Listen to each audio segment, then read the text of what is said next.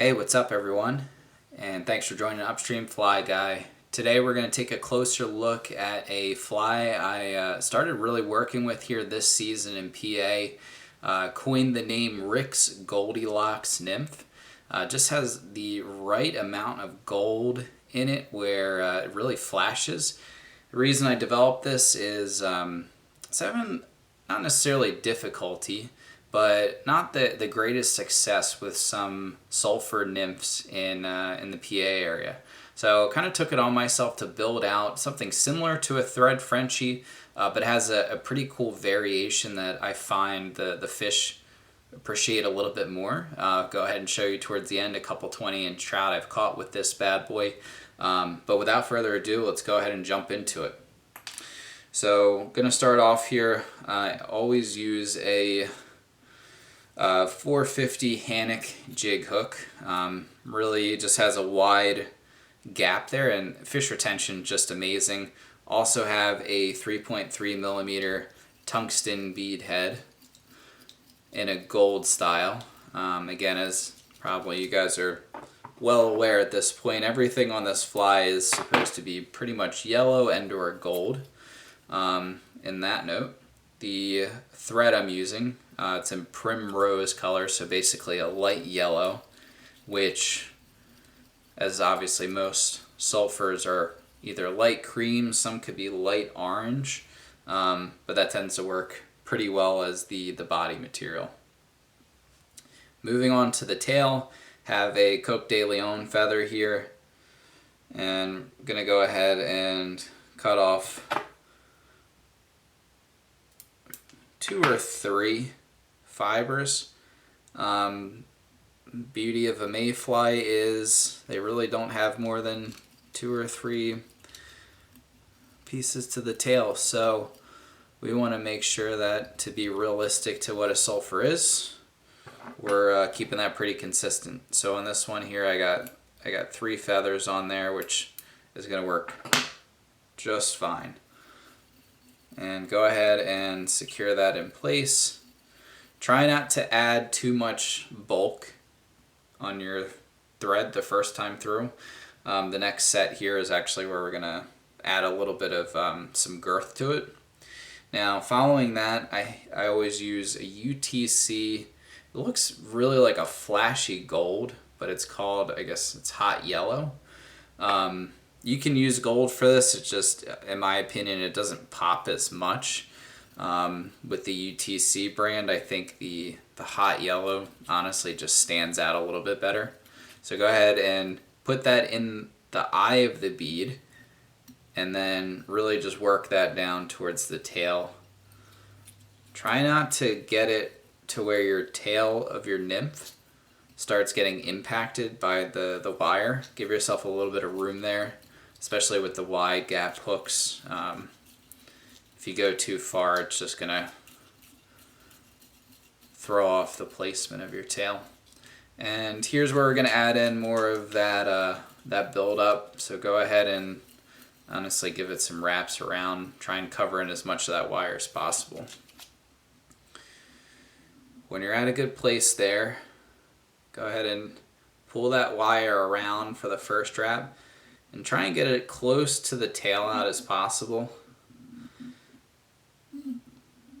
Best case scenario, you have about 5 visible wraps before ultimately the end, which is going to end up just being covered by the dubbing anyways. So go ahead and wrap that in. Give it some wraps on both sides. Make sure it's secured in place well. When you feel like you got it in, just helicopter that off. So this is pretty much the body of the nymph. I like to have the tail that long just because I think it makes it look more realistic. Again, mayflies have generally long tails, so that looks pretty good for me. Next step here, I'm going to take some resin. So I use Solaris bone dry resin, and I'm really going to work this in between that wire and the thread, making sure that I'm just coating it as much as possible here. And that's going to give going to give me the really more of like a stationary ribbing. I don't want to add too much, but I want to add enough to where it's definitely coating every part of this. Reason being, this is a UV material, and it just shows really well under the water, which is, you know, ultimately going to help attract more fish as well. Let's see here. There we go. Oh boy, there we go.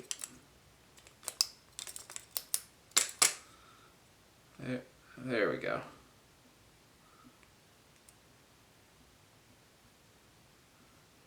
Hit it with the UV light for about 10 seconds.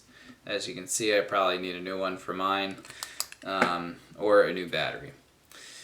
So after that is dried off, what we're going to actually use here is some UV pearl ice dubbing.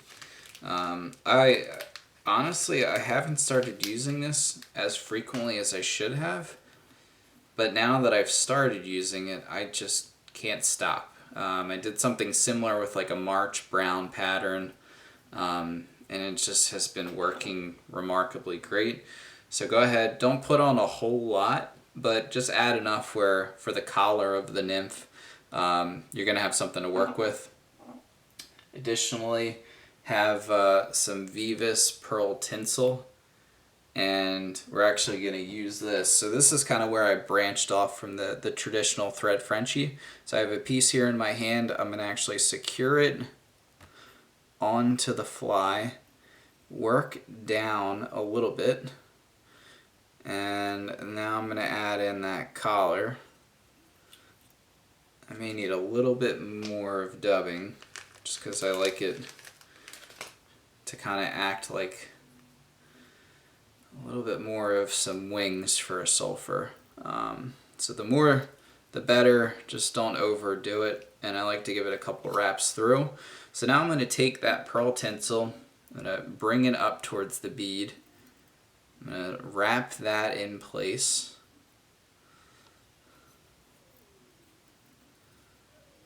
and give it about 3 or 4 turns, and then from there I'm going to go ahead and pull it back forward and just make sure I'm securing that into place.